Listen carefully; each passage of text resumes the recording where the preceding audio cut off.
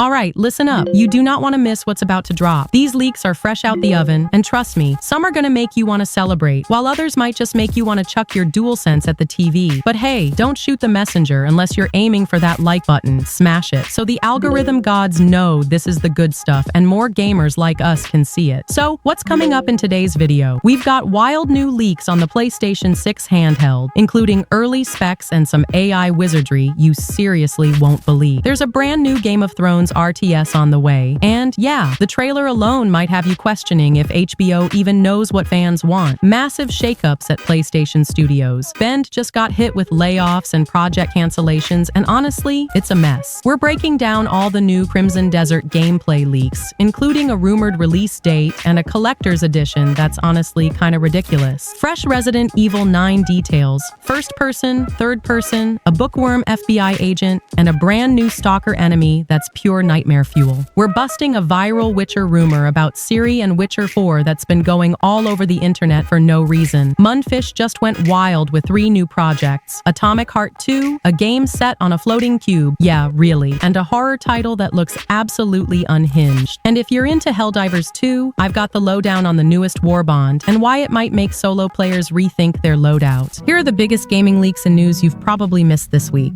You ever see a company poke the bear just to see what happens? Yeah, that's exactly what went down when Debunked launched their bold little side project aimed right at Sony's shiny new PS5. What followed wasn't your typical David versus Goliath courtroom brawl, but it was a messy, clever, and surprisingly entertaining standoff. Let's just say things escalated fast. Right after the PS5 drop, a bunch of companies realized something: those big white side panels, totally swappable. So Debunked, the same folks known for making cool phone skins and console wraps, jumped in with their own version called Dark Plates, all black, super clean, and they didn't just release them quietly. Nah, they dared Sony to come at them with a lawsuit, like literally said, "Go ahead, sue us." Bold move. But of course, Sony wasn't gonna just sit back and let that slide. By late 2021, Sony wasn't playing around. They hit Debunked with a cease and desist, basically saying, "Yo, those plates? They look way too much like ours, and we've got legal protections now." Sony threatened the usual scary stuff: lawsuits, taking the products off shelves, even asking for damages up to $150,000 per item. Their angle? The PS5's design is iconic, and people associate it with PlayStation. Copy it too closely, and you're crossing a line. Now, you'd think this would spark some major court battle, right? But that's not quite how it played out. Now, Debunked didn't take it to court. Instead, they just pulled Dark Plates 1.0 off the market. This wasn't a full-on lawsuit, more like legal muscle flexed through letters. Thing is, Sony had just been granted an official design patent after Dark Plates had already launched. Debunked argued they were fine at first,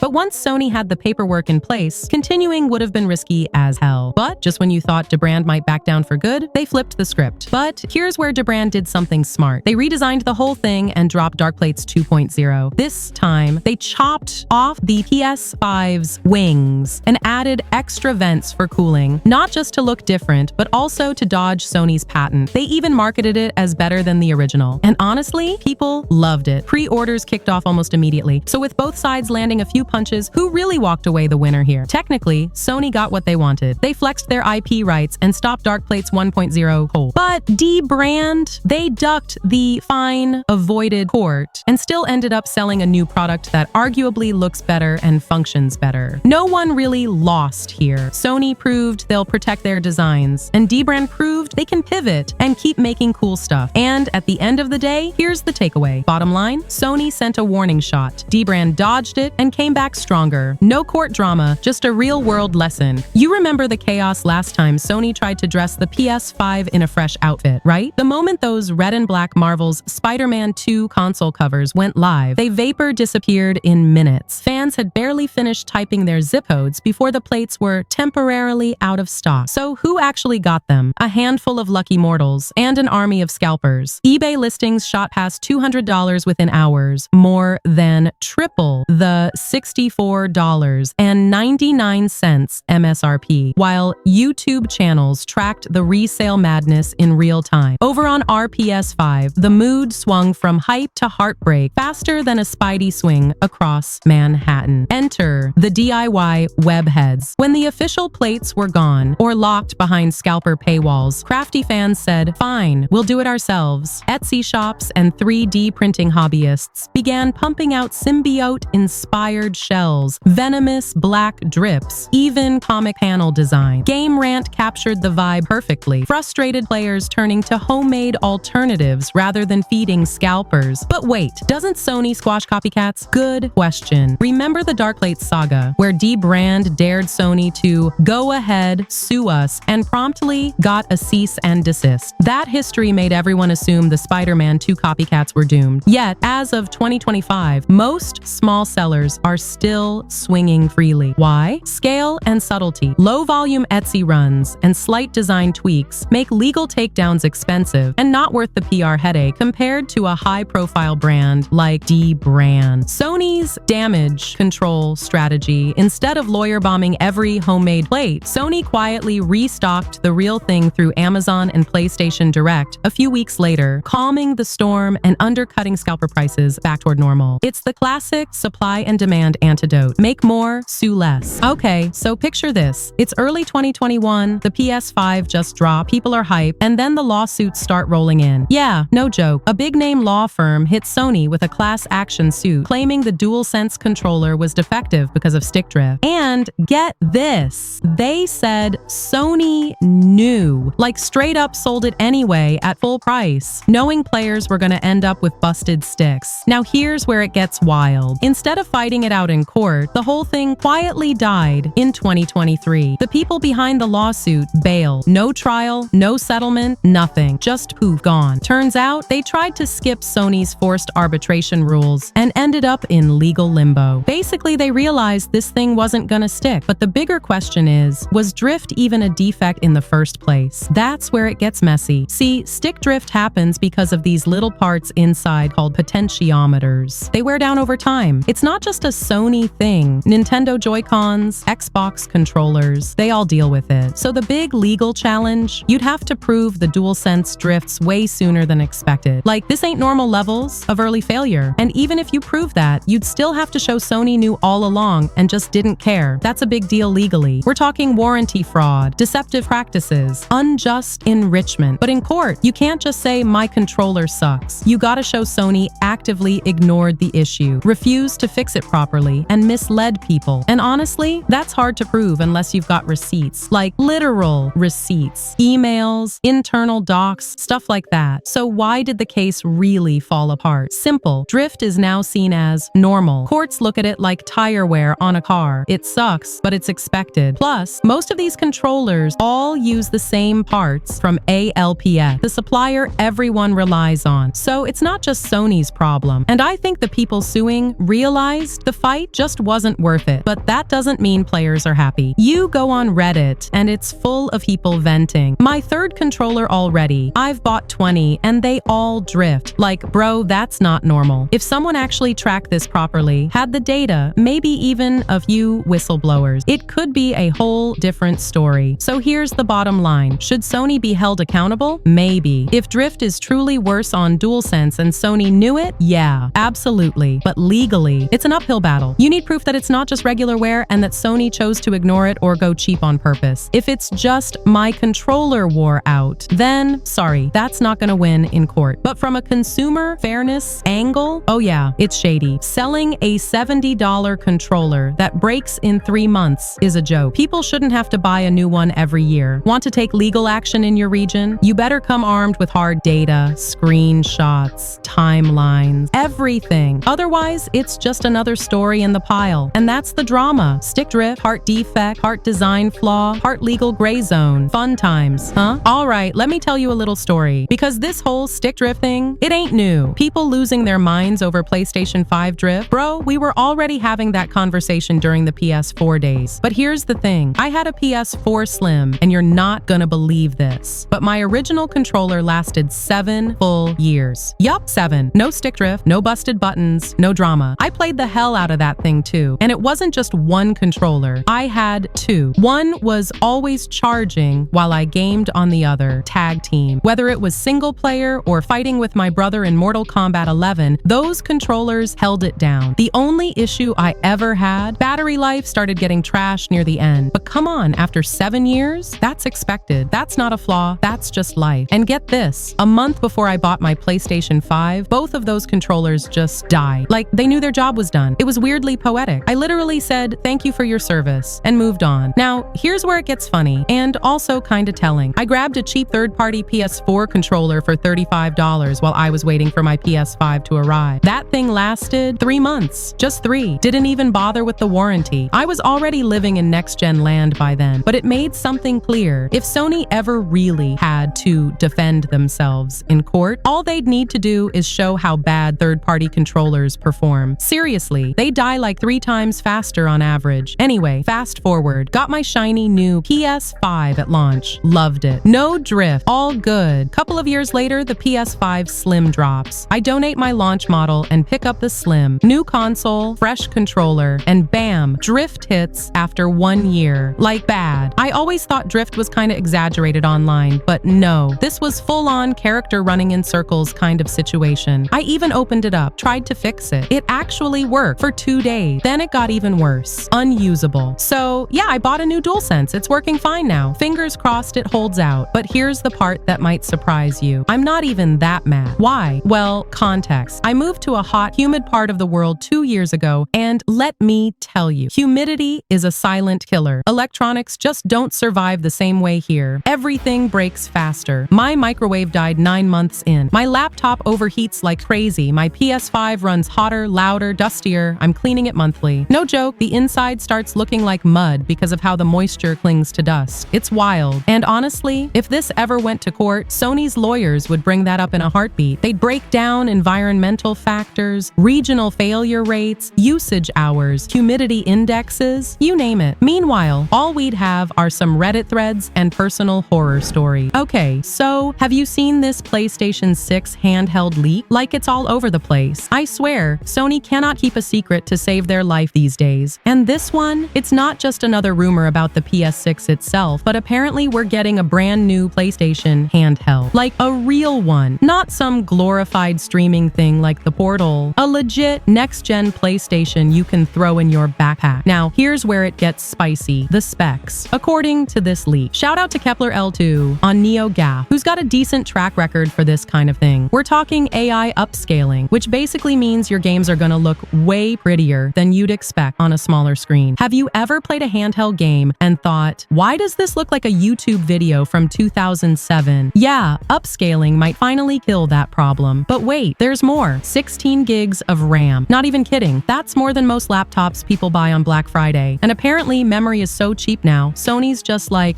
why not? Of course, there's a catch. They say it's only about 1/3 of the memory bandwidth of the PS5, but they're making up for it with all this fancy cache and compression tech, which honestly sounds like Sony wizardry at this point. The graphics? Okay, don't expect PS5 levels of power. Nobody's making a pocket-sized PS5. Let's be real. But this thing's supposed to run on a brand new AMD RDNA 5 architecture, supposedly way more efficient per watt, so hopefully no more hot potato handhelds that melt your hands after 10 minutes. So do we believe it? I don't know, man. Feels like the old PSP and Vita days are actually coming back, and I kinda love it. Can you imagine the PS6 and a new handheld launching together? 2027 or 2028 is the target, apparently. And honestly, if this thing is even half as good as it sounds, Nintendo's gotta be sweating a little, right? Alright, let's talk about something one of my subscribers said. Basically, what he's saying is, Xbox has given up competing directly with PlayStation when it comes to traditional consoles. And honestly, I think he's right. Microsoft has always leaned toward using PC parts, off-the-shelf hardware. They don't go custom like Sony does. So it's no surprise that instead of going toe-to-toe with the PS5 Pro or the eventual PS6, Xbox is just going full PC mode. And yeah, that's gonna save them a ton of money. But here's the catch. If Xbox becomes just a Windows-powered handheld or a low-end PC in disguise, where's the console magic? No real optimization, no tightly designed hardware-software synergy, just a $600 PC with an Xbox badge slapped on it. Not a $2,000 rig disguised as a console. Let's be real about that. Sony, on the other hand, is still doing what they've always done best, pushing custom hardware that punches above its weight. That's why the PS5 and PS5 Pro can compete with high-end build despite the price tag. lag. It's all about that tight console optimization, something Microsoft seems to be walking away from. He also made an interesting point about PlayStation potentially locking out Xbox from accessing their PC ports, depending on how Microsoft markets the device. And look, I don't think Sony cares that much. Their model now is release on console first, PC later. They know we're not waiting 2 years just to play God of War on a desktop. We're playing that thing day one on console. And Sony's fine making extra cash on PC later. But here's where I totally agree. Microsoft's Game Pass model might spill into the hardware space. Imagine this. Xbox offers a new handheld or console, but you don't buy it outright. Instead, you subscribe, pay monthly, cancel your subscription, and boom, the device is bricked or sent back. Just like renting games on Game Pass, you'd be renting the hardware too. And yeah, it sounds convenient, but it's also a little dystopian. Kinda like Adobe locking you into their monthly trap. And then there's this spicy bit he dropped. He says Xbox was originally working on a handheld console to go head-to-head with PlayStation's, but once they caught wind of Sony's plans, they bailed, pivoted, decided to release a Windows-based handheld instead, just a PC in disguise. And if that's true, wow, that's petty, but also kind of believable. Here's my problem with all this though. If Xbox steps out of the console game completely, what happens next? With no real competition, Sony could charge whatever they want. They could sell the PS6 for $900 or even $1,000 and people would still buy it. Why? Because it'd have 10 crazy exclusives, only on PlayStation, maybe PC in a couple of years, and we'd all eat it up. Because where else are we gonna go? Switch 2? With 1080p gaming in 2027? Come on. So yeah, I'm not super hyped about Xbox's direction. I get the strategy. It makes sense on paper. But as a gamer, I miss the war. I miss when Xbox and PlayStation actually pushed each other. Without that competition, PlayStation could just dominate. And while that might sound great at first, it's also a dangerous position for consumers. So here's my question to you guys. Would you be okay with Sony running the next generation unchallenged? Or do we need Xbox in this fight to keep things fair? Let me know. So here's what happened. I'm sitting there watching Summer Game Fest, just kind of half paying attention, when suddenly a new RTS pops up. I'm interested already, right? But then the big reveal. It's a Game of Thrones RTS. Like, are you kidding me? I literally just finished going off in my last video about how badly I want Battle for Middle-earth 2 back, and now we get War for Westeros. Sometimes the universe just gets you. And let's talk about that trailer. I haven't felt this kind of hype from a CG trailer in years. You see Jon Snow facing off with the Night King, dragons flying, chaos everywhere. Honestly, it's the battle we should have gotten in the show, right? They really knew how to push all the right buttons. But then they flip it. Jon gets taken out. The Night King brings him back. I was not ready for that twist, but I love it. And honestly, huge respect to PlaySide for immediately dropping a dev diary after the reveal. That just never happened. Usually you get your shiny trailer and then it's radio silence for months. But here, it's like, hey, here's how we're actually making the game. Makes me feel way more confident about what they're building. Now, the thing that really gets me, you can control the Starks, Targaryens, Lannisters, or the Night King's army. And it's not just about smashing things. It sounds like you can twist loyalties, change allegiances, and actually rewrite the fate of the Seven Kingdoms. I love that. It's more than just battle. It's about scheming your way to the top. So yeah, War for Westeros just shot right up to the top of my list. 2026 can't get here fast enough. If this game lets me create my own epic ending for Game of Thrones, I'll be so happy. What about you? Are you as excited as I am? Or is this just your nostalgia talking? Okay, this is big. I've just heard from Robert Bacratuni, the founder of Mundfish and director of Atomic Heart, and he just dropped a massive update on everything happening at the studio. Seriously, there's so much news I don't even know where to start. But let's go back for a second and set the scene. So, picture this. Back in 2017, Robert and a handful of dreamers risked it all to build their own studio and create Atomic Heart. 6 years of grinding, taking chances, and pouring everything into their wild sci-fi vision. And then in 2023, Atomic Heart finally dropped. Love it or hate it, you can't deny, it made noise. It was one of the most talked about games of the year, scooped up awards, and kicked open the doors for a whole new universe. Since then, they haven't slowed down. Multiple DLCs, new ideas bubbling up, and now, finally, the next big chapter, Atomic Heart 2, is official. And it sounds like they're going all out. The sequel promises everything you loved or hated from the original, but cranked up to 11. A bigger world, returning and brand new characters, and way more focus on role-playing and player choice. Basically, Atomic Heart 2 wants to take the formula and just break the dial. So, what's the cube? Imagine a multiplayer RPG shooter set on a massive floating cube in the sky. No, seriously, that's not an exaggeration. exaggeration. The world is literally a giant, ever-rotating cube, with each edge constantly shifting and changing up the environments. The result? Every rotation mixes things up, throwing new biomes, enemies, and challenges at you. And tucked inside all those shifting corners, some kind of hidden equation that could rewrite the rules of reality. I have so many questions and zero answers, but I love it. From the teaser, it sounds like the cube is all about exploring, surviving, battling insane bosses, and figuring out the cube's secrets, while you're basically fighting to stay alive. It's the kind of WTF is happening game idea that only a studio like Mundfish would try. And honestly, I'm kind of here for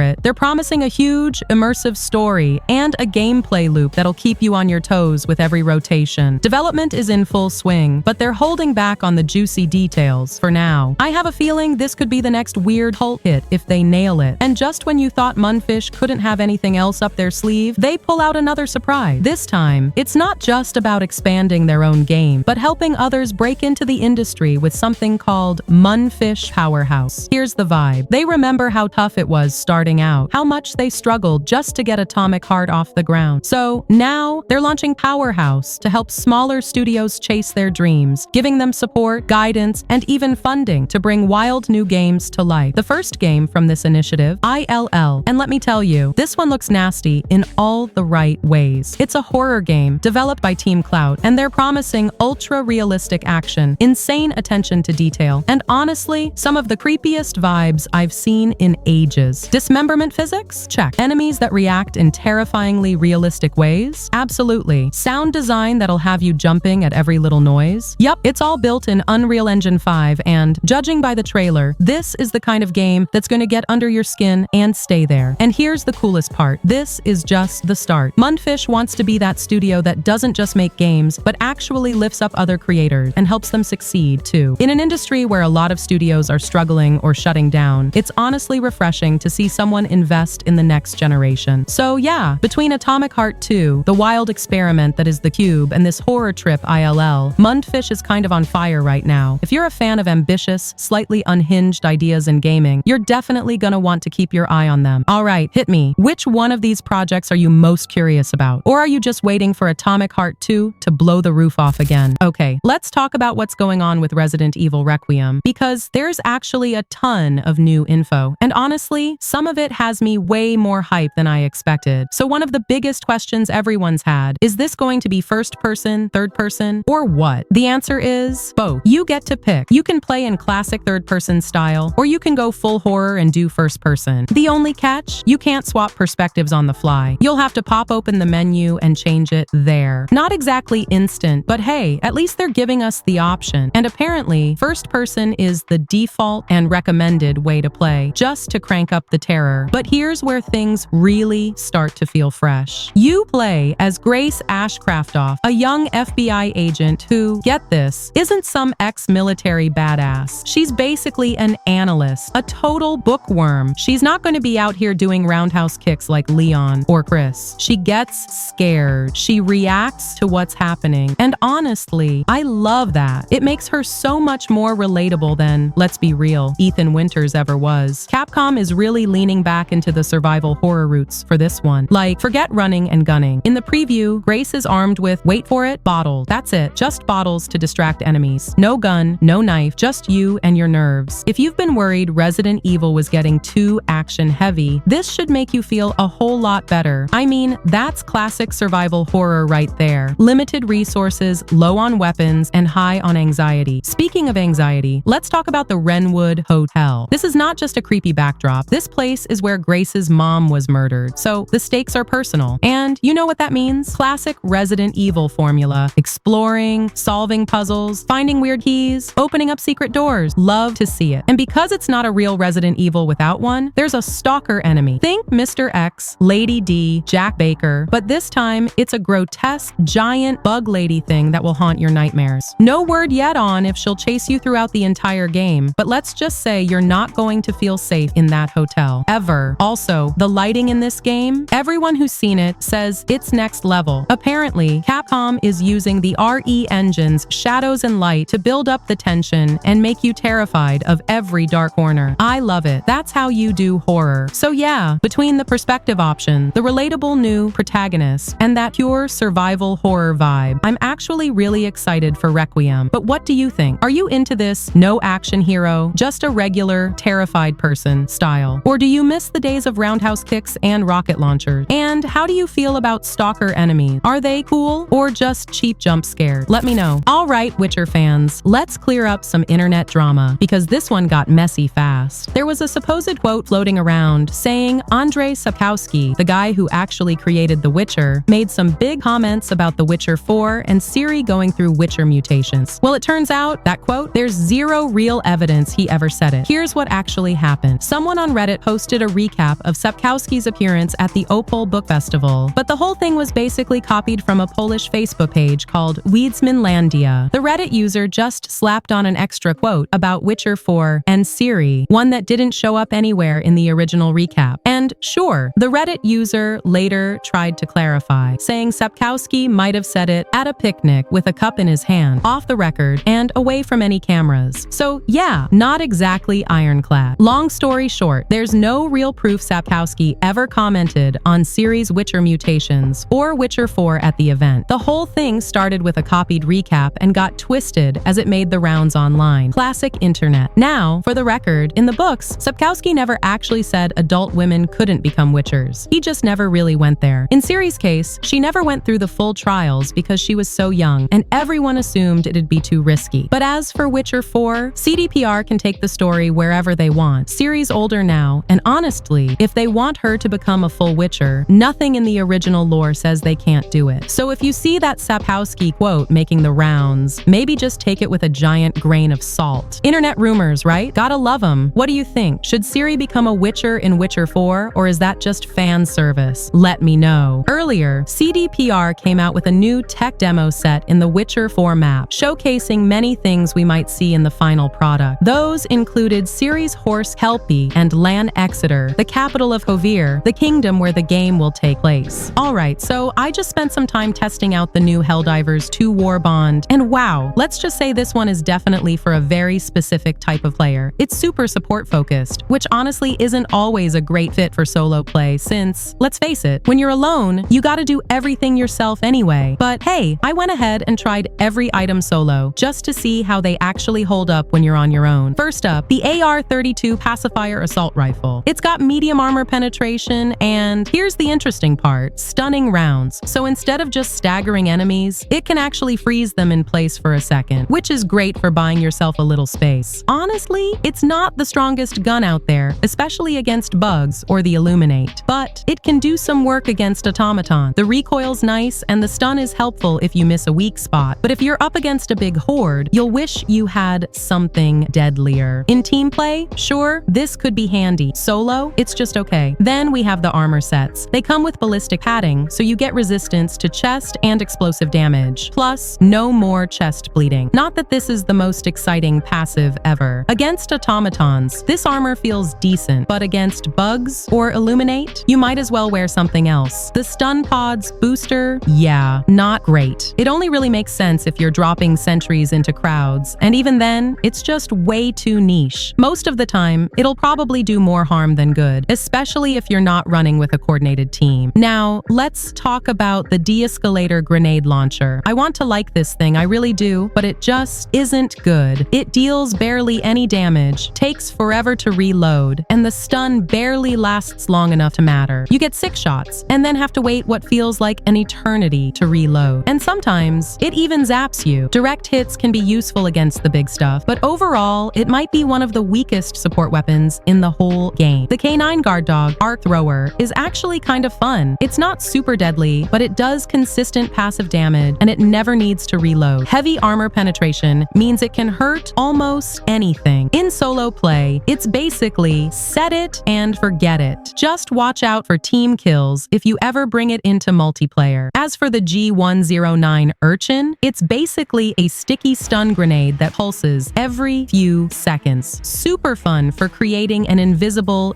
do not cross wall at choke points. But if you want something that also does damage, you're better off with a gas grenade. The Urchin just stuns, nothing else. And the Warrant pistol from the Superstore? Well, against Terminids and automatons, it's kind of underwhelming. But against Against Illuminates, it's surprisingly solid. The lock-on basically guarantees drone kills and is super effective at shutting down reinforcement. It's not perfect, but if you're running missions against Illuminates, this Warbond is super niche, support heavy, and better for teams than solo play. The AR is solid for Automaton. The pistol is great for Illuminates, and the rest, well, most of it could use a buff. It's not terrible, but it's definitely not essential if you mostly play solo. Are you team solo, or do you live for support roles in a squad? Let me know how this Warbond's working for you. You probably thought this whole marathon situation was just going to quietly fade away, maybe get swept under the rug for a year or so. But nope, Sony is out here doubling down on marathon like it's the next big thing. Not just doubling down, honestly, some of what they're saying sounds like they're this close to delusion. You'll hear a quote and just go, wait, what? Are we watching the same game? It's wild. So here's what went down. After weeks of everyone side-eyeing Marathon and Bungie, Sony jumps in during a big SIE presentation and basically says, don't worry, Marathon is still a key part of our future. Herman Hulse, PlayStation big boss, even took time to single Marathon out, calling it an innovative and bold take on the extraction shooter genre, which, okay, I'll give him bold, but probably not in the way he means. Then they throw up this slide, like those classic Apple or Nvidia presentations, where it's not really about what they say, but what they don't say. The slide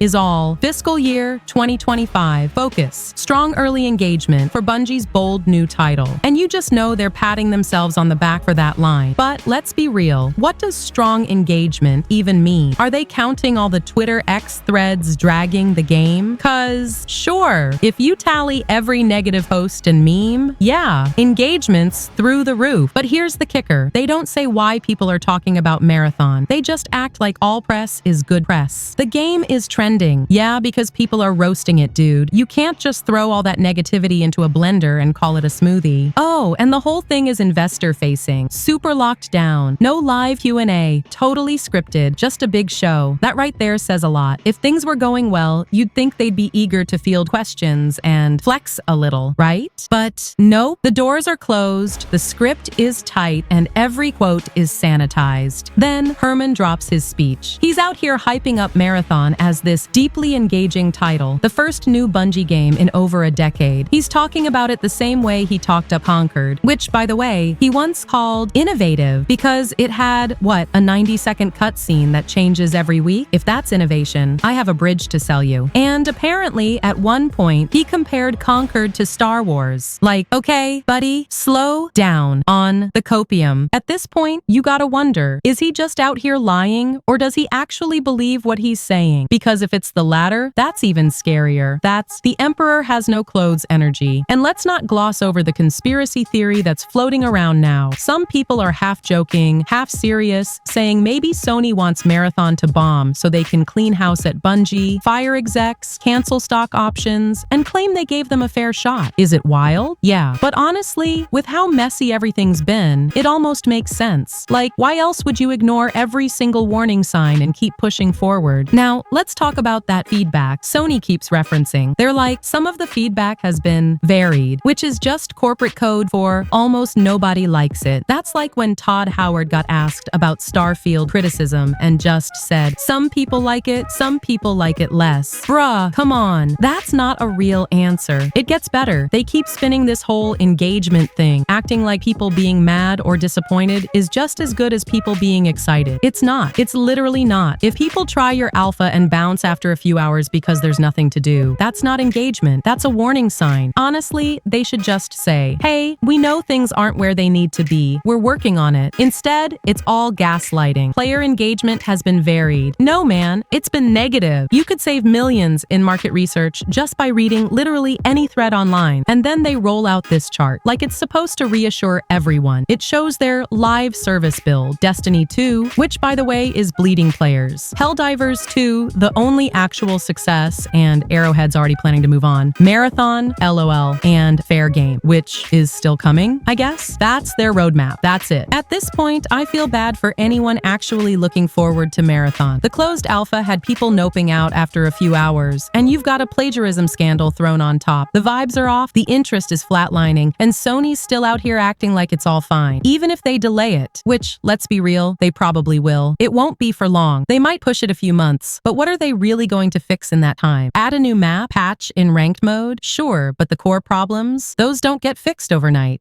If you want to be ahead of all the gaming leaks and news, specifically PlayStation news, time for you to subscribe. And as always, a like on the video is very much appreciated.